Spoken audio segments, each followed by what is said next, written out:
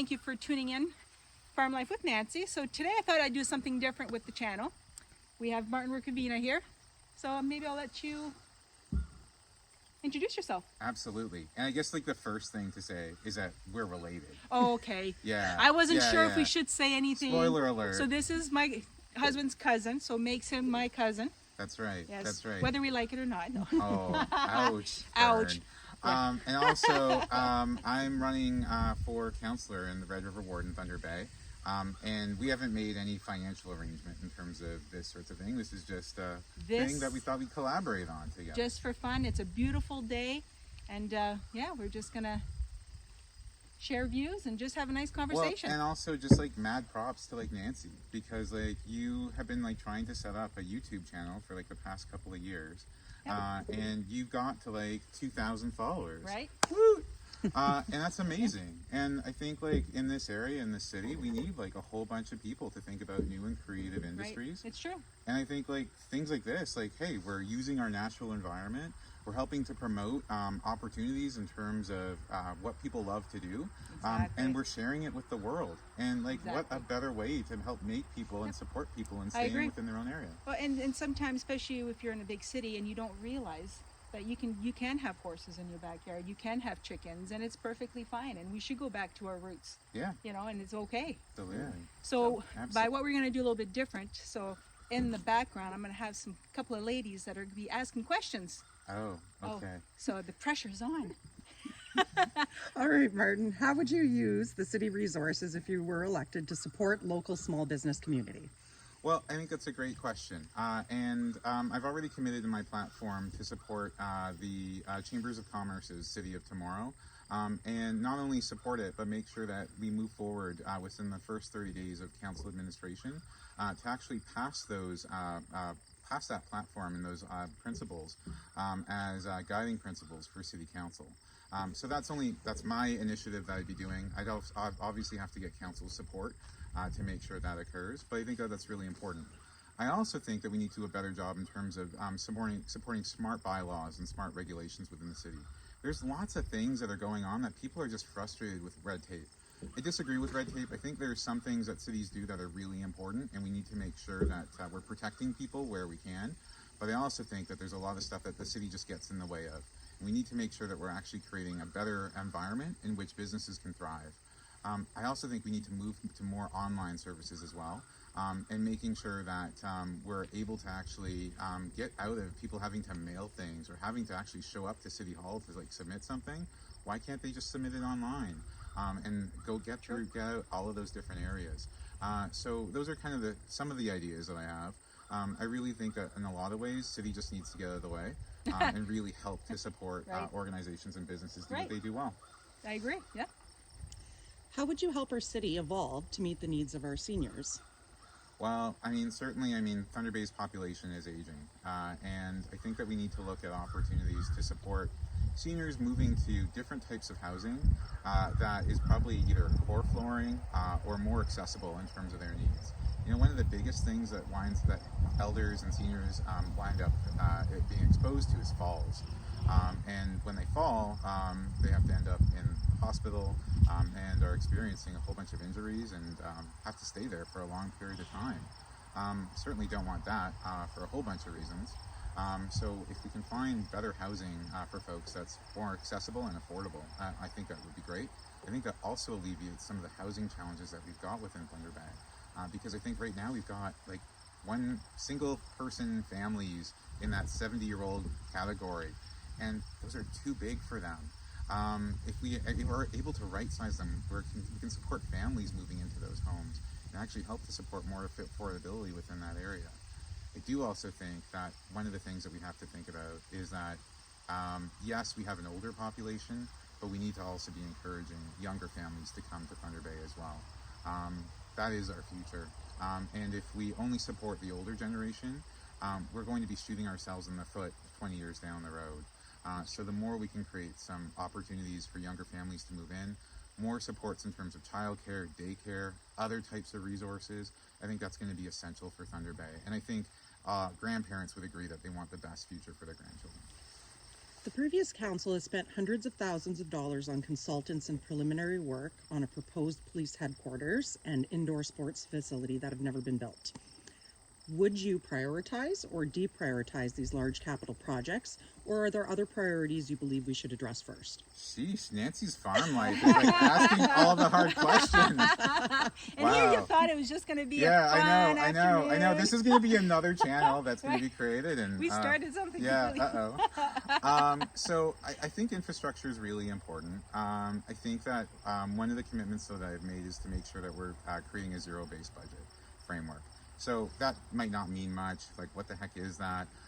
Essentially, it's like when you're creating a budget, right? You're trying to figure out what's really important and what you can spend money on and what you have to kind of focus on in terms of the future. I think the city administration should do the exact same thing, and we really need to make sure that we're putting value where value makes sense to be deployed. So in the specifics of like a turf facility, I think a turf facility makes a lot of sense. I don't think it's at that $55 million value that has been promoted. I think we can find things in a lot cheaper way. I think we can also perhaps find a different location for it that can actually be more economical. But kids need a place to play. And if we don't have supports for kids, we're going to wind up creating a whole bunch of other issues in the future, whether that's mental health and addictions, obesity, or other concerns that are probably going to be a concern. You know, we have 7 times the diabetes rate in northwestern Ontario relative to any other place in the province. That's not good for our healthcare system, and it's not good for people. So I really support an indoor sport facility. I just don't support it at the cost of $55 million. I support it closer to the cost of about 17 to 20. I also think that there's probably a role for the private sector. My main stipulation, though, is to make sure that it's inclusive as possible, because lower income families absolutely deserve the same opportunity as everyone else to participate in those sorts of sports. On the police facility, I think the first thing that we've got to do is make sure that we've got a police chief and that we've got some supports in terms of the governance related to policing within Thunder Bay. We kind of focus more on the software before we actually get to the hardware. And I really think that that's going to be very vital in terms of how we support the work in terms of policing. Infrastructure. Go ahead. I was going to say, maybe we'll just ask a more personal question, if you're okay with that. Sure. Well, I wasn't sure, like, where was the channel going? Well, no, because we're here, we're just drilling you on questions, and it's like, it's supposed to be, more relaxed, so good questions, but we're just going to bring it down a notch just a little bit. I'm just saying, though, you've got, like, another channel opportunity here in the future. Well, hey. So, like, bring all the candidates out, yeah. What? That's an idea. Could you imagine? You never know. Thank you, come on out. So I'm just going to ask something more personal, because I know that you're looking for a dog. I am. And have you found a dog? Oh, I haven't, but I see so many cute dogs in terms of like the dog rescue Facebook groups. Yeah, I definitely am looking for one. So you're looking for a small, big, or you're just the one that's going to call you when... I feel like it has to call me. Like, not call me like on No, the no, phone, no, like, yeah. Like text me, no. But I think definitely, I need to, and I also just need a little bit of time, because like it's nonstop. It is. It's a commitment. Like, oh yeah. Mm-hmm. Well, and the dog is a commitment, but also like everyday campaigning is a commitment. There's like 14,000 people that live in Red River Ward, and it's the job of me and my team to get to as many people as possible between now and October 24th. That's not a lot of time. Oh, thank you. Pressure. 22 days. 22 days from today. How many hours? No, I'm kidding. Yeah. But I mean, there's some really neat things. Like, we have online voting in Thunder Bay. Right. What a great way to kind of promote opportunities for more accessibility and help to get the youth to get engaged. But also, I think I think there's a lot of interest in voting this time around. That's the one thing I've heard a lot at the doors, and I think that's really great. I think there's a desire for change. Yes. And I think, I've got like a skill set that's really helpful, not only in terms of thinking about change, but lots of experience in government to really support that in a productive way. So, Nice. Yeah. Well, so obviously I have dogs, I have cats, I have horses, goat, chickens. sheep, chickens, turkey, rabbits, kids. And there's a husband in there somewhere. He's fixing a fence or driving a tractor.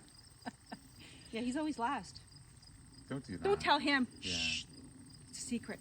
So, speaking of younger voters specifically, being a younger voter, what do you offer in terms of your other candidates to really draw in the younger voter? How do you plan on attracting them? Well, I mean, I think that's a tricky thing, right? Because I think people want to be engaged, but I think also they struggle a little bit with thinking about like whether politics really means anything. I kind of view I kind of think that we actually have a changing role in terms of how government operates, and that youth want more. And I think youth actually don't just want to like elect somebody; they actually want to be involved in some of the decision making that surrounds them too. And you have to use a technique that they're familiar with, which is iPhones and laptops, and that's where they spend the majority of their time. I mean, it's in schools. Yeah. I mean, my youngest daughter, she's in grade 8, and the school provided her with a laptop. Yeah.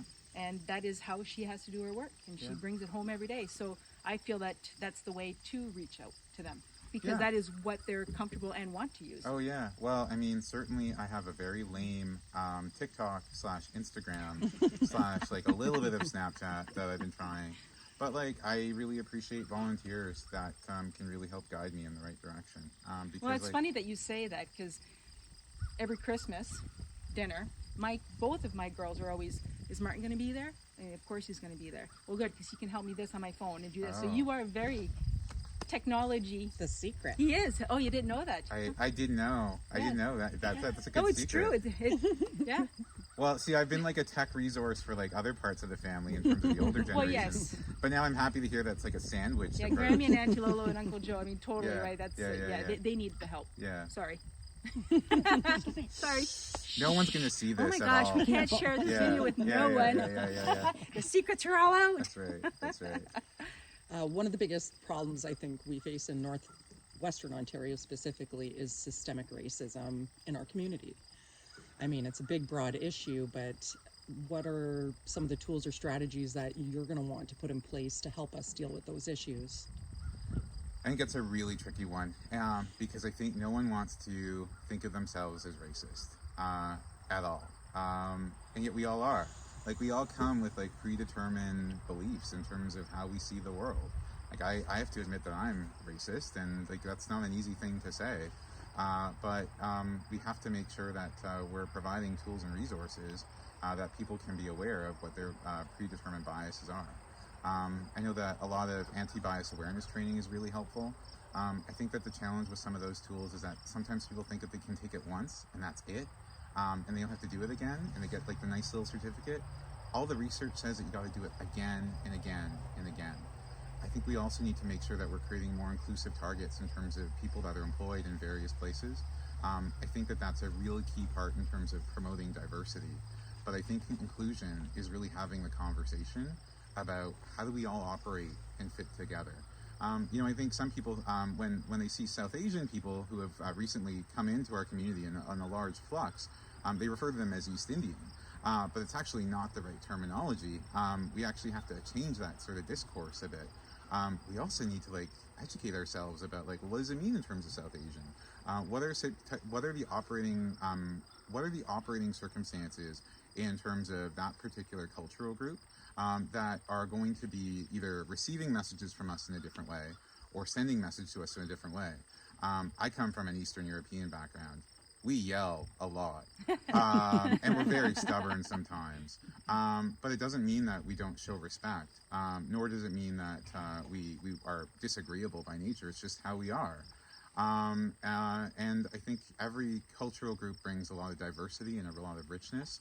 I think we need to welcome that. And I think our challenge is, if we keep on having the reputation of being systemically racist, not accepting it, and saying that, Thunder Bay has its problems, but so does everywhere else, well, we're shooting ourselves in the foot, because that means that we're not able to attract doctors or other healthcare professionals or other entrepreneurs that might actually have some really great ideas and solutions that they can bring to Thunder Bay and actually help us grow and help us make us a better place. So I don't have all the solutions because I'm a white guy, and it seems weird for me to be saying anything about diversity. But I think at the same point, I think we have to be very open and welcoming. The first words that my grandmother learned when she moved to this area weren't in English; they were in Anishinaabe-Moan, and I always hold that story really close to my heart because she was welcomed here, and we need to return that favor to other people that are coming into this area too. Thank you. I'm actually really glad you talked or touched on the labor component, because that's a big struggle that we're hearing from businesses right now. Employee shortages, not being able to attract talent into our communities. So how do you plan on addressing the labor shortages and essentially supporting the small businesses and big businesses to get that talent into our community? Yeah, I think it's a struggle for everyone, right? I think there is a massive amount of challenge to attract people. I would say that the pieces related to systemic racism, though, and labor market recruitment are twinned.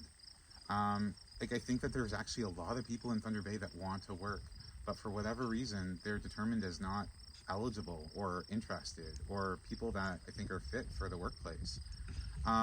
Or they have lots of mental health and addictions issues because of things that have happened either as a result of the pandemic or their own lived experience. I think we need to make sure that we're providing programming to help support those with mental health and addictions join the labor market. It'll look different. It's not going to be like a 6-week training program and that's it. They need more support, but I think everyone wants a job. Everyone wants meaning. Everyone wants a vocation in life. And if we don't offer that, then like we're not doing anything that's really helpful for our community, and we're creating a culture of subsistence.